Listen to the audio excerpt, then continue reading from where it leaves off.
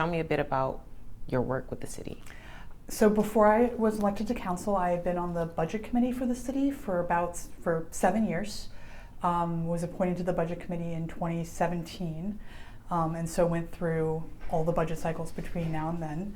I had also served on the revenue committee that was looking at the fire fee and trying to figure out how to fill the gap that we had in our budget and what revenue options might make the most sense to do that.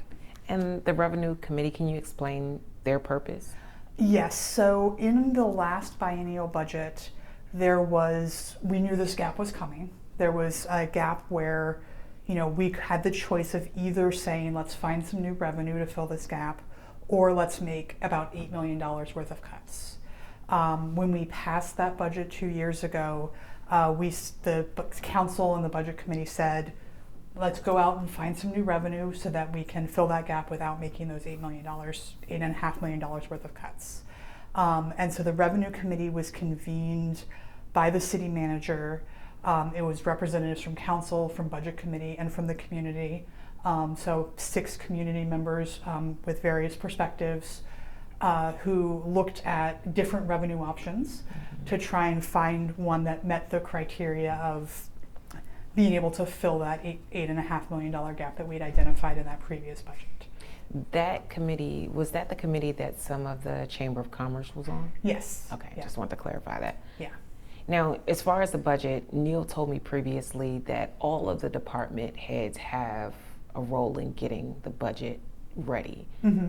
So just briefly, could you run over that part of it?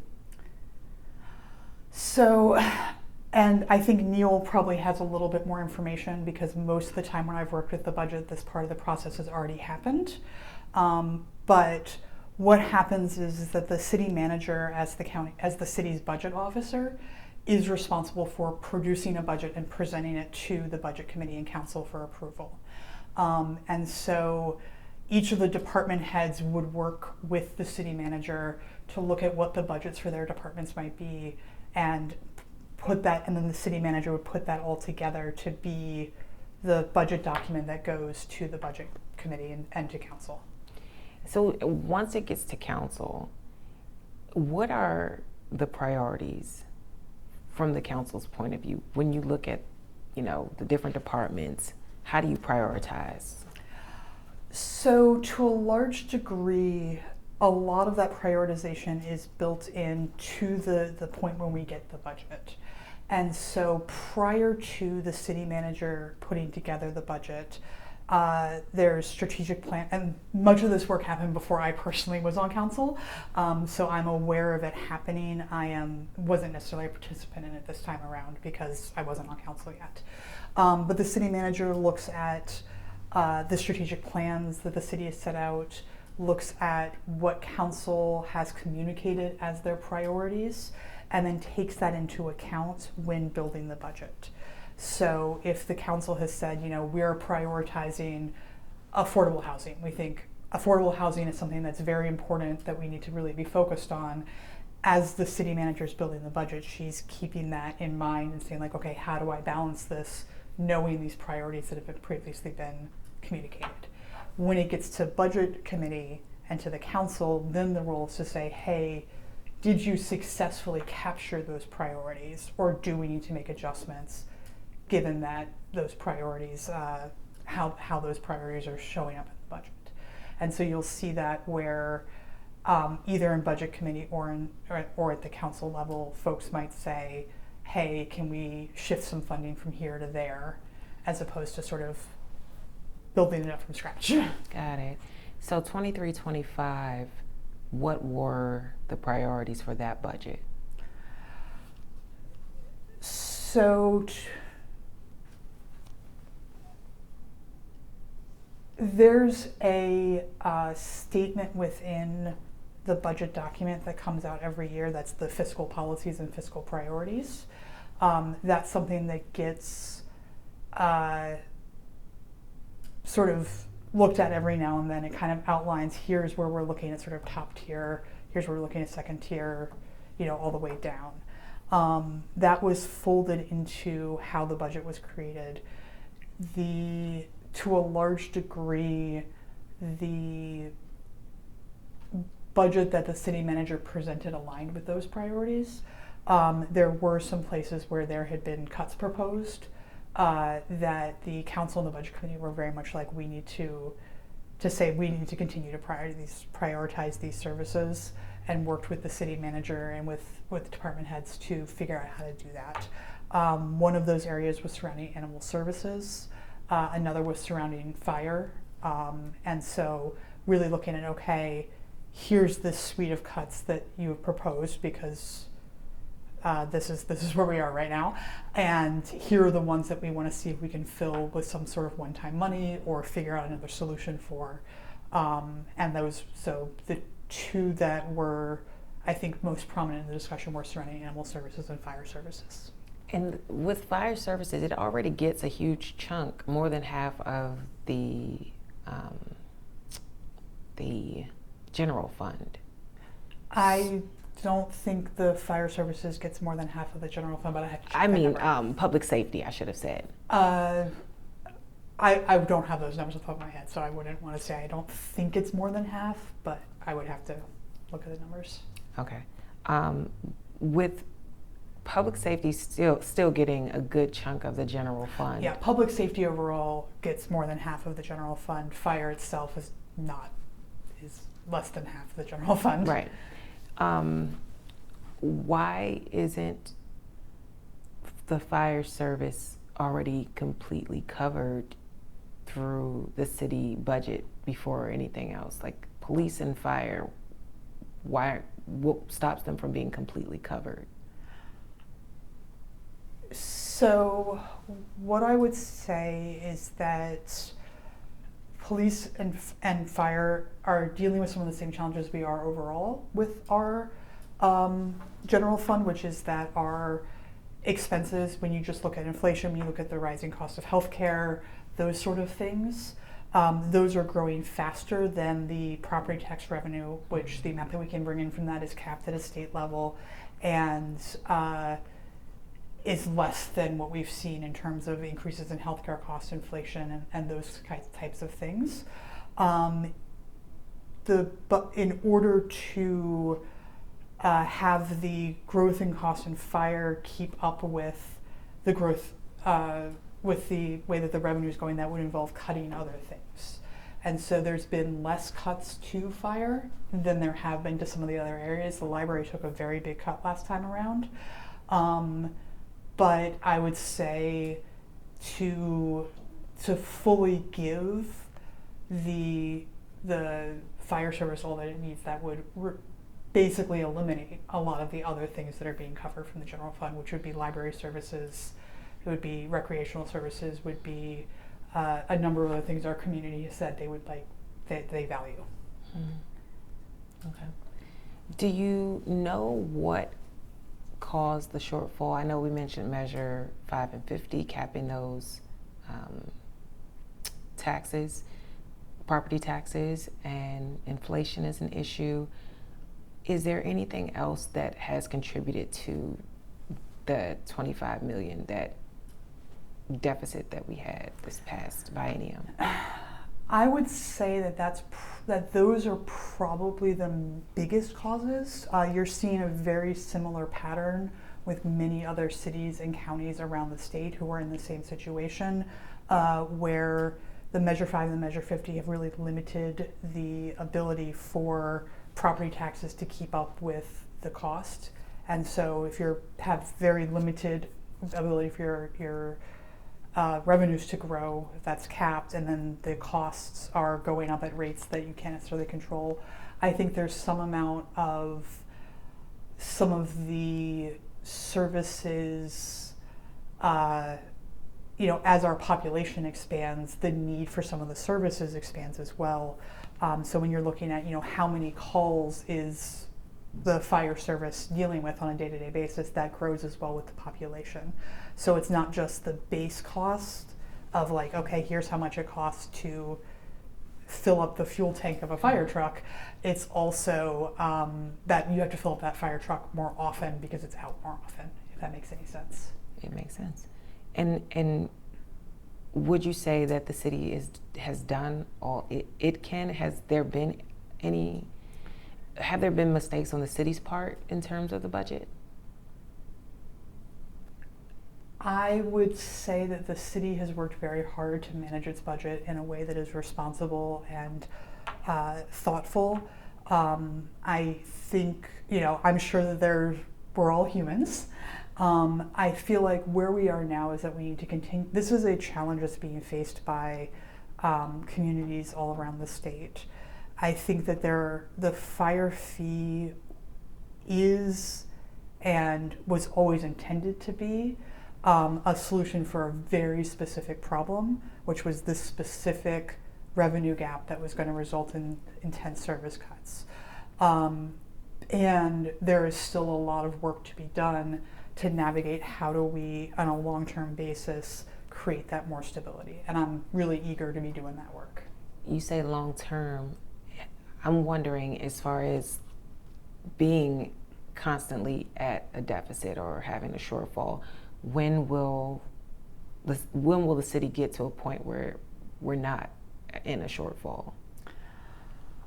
I think that depends on a ton of different factors that I cannot necessarily predict right now. Like, we're seeing a lot of rapid change in the way that, for example, federal funding is working. The city doesn't get a ton of federal funding, but we're certainly impacted when our partners who are providing various services see their funding cut, and then there's a gap, and like how does that all piece together? And so, if you had asked me a year ago, I felt like we could probably get there a little bit faster. Now we have some uncertainty surrounding state funding. We have some uncertainty surrounding federal funding. We have partners in other jurisdictions who are facing very similar gaps to we are. And so this is going to have to be a process of really how we look at that. And like, as we look at the different options, that will give us a sense for how we can get there in the long term. But I don't want to say we'll fix this in a year, because that's not something that we can be sure of. And to clarify, the $11.5 million deficit, that is for 2024, 2026, 27? So the $11.5 million number that we've been talking about is a yearly number. I believe, and would probably want to double check, but I believe that what we're looking at is the budget that we're going to see, that's the 2-year budget, that would actually be a $23 million over the 2 years. So your deficit has dropped from 25 million to 23. I think so. Gotcha. Okay.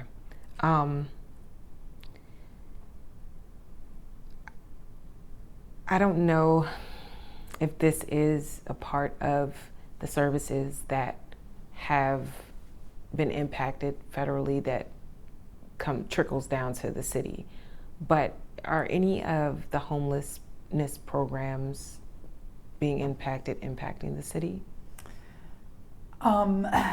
So I don't have exactly the details of what's being impacted where. I know that much of the funding that we had that was providing for homelessness service that was coming from the federal government, we knew was going to be ending, and worked with the state to get state money to help move that forward. So I don't feel like that's necessarily a direct impact from the federal side. However, I think there are a lot of indirect impacts. For example, if a service was being provided with federal money by the county or by a partner in the community, and they no longer are getting that money, it may not be a direct impact to the city's budget, but the lack of that service or the difficulty providing that service definitely impacts the city. So right now today, what would you say is the current state of the budget? So we will be getting our budget presentation from the city manager over the next couple of weeks.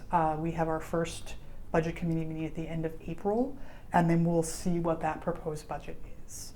I don't know exactly what's going to be in that proposed budget, but what we do know is that with the fire fee being on the ballot and not being a revenue source that we can count on to fill that gap, what that budget will show is some fairly steep cuts to things like the library, to various other services that our community really relies on.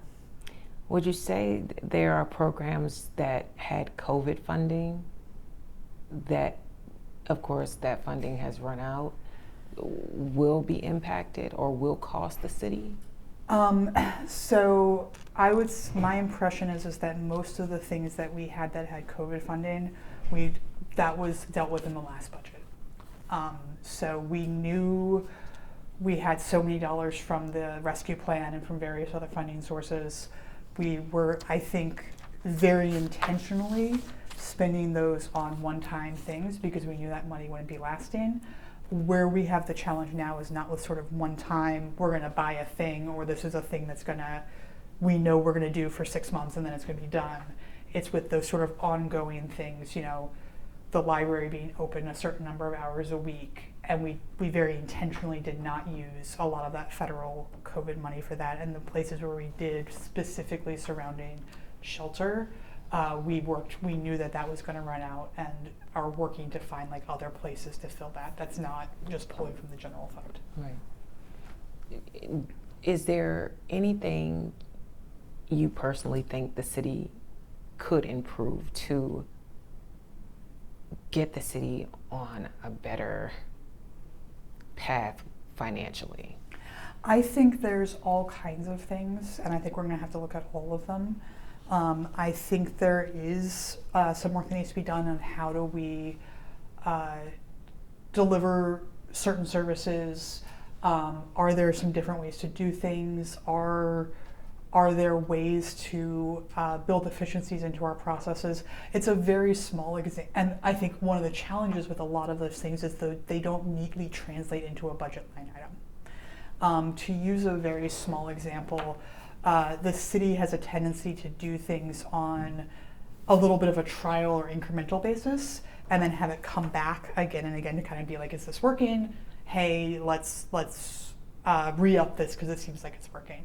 But every time you do that sort of re-up process, that costs staff time, which then translates into money. And so that's not like a budget line item you can go and say, hey, let's not have this sunset, let's have it go forward, and if it works, great, and if it doesn't, then we can actively repeal it. But that also is something that sort of adds cost, adds resource to the city's activities. And so I think that's sort of the next phase of this, is looking at those kinds of things that, again, may not neatly translate into a budget line item, but that are things that mean that we can, get more impact from our dollars. Right. Well, one more question for you, Eliza.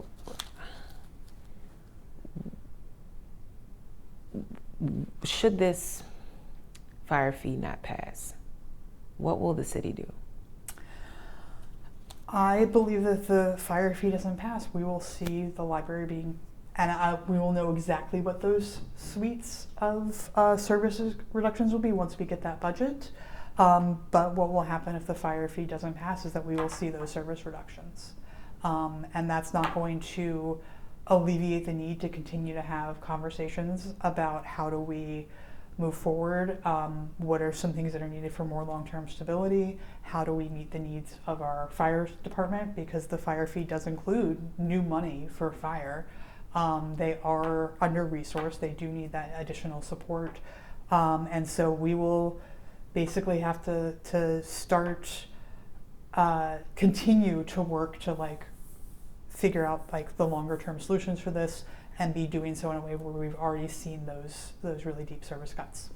And to clarify, this is some of the workers, some of the library hours, public safety, pools, community centers. Yes, there was a document the city manager provided which would say, here are the types of things that we would need to cut in order to fill that $11.5 million gap.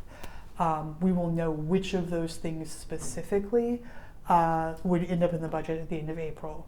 But the types of things we're looking at, this isn't like little small things that people will be like, okay, I'm not even going to notice that. There may be $1 million worth of that sort of thing on that list. These are, because we've already made those cuts, those easy ones, the ones where it's like, okay, yeah, this isn't really going to impact services to the community. Those cuts were made years ago.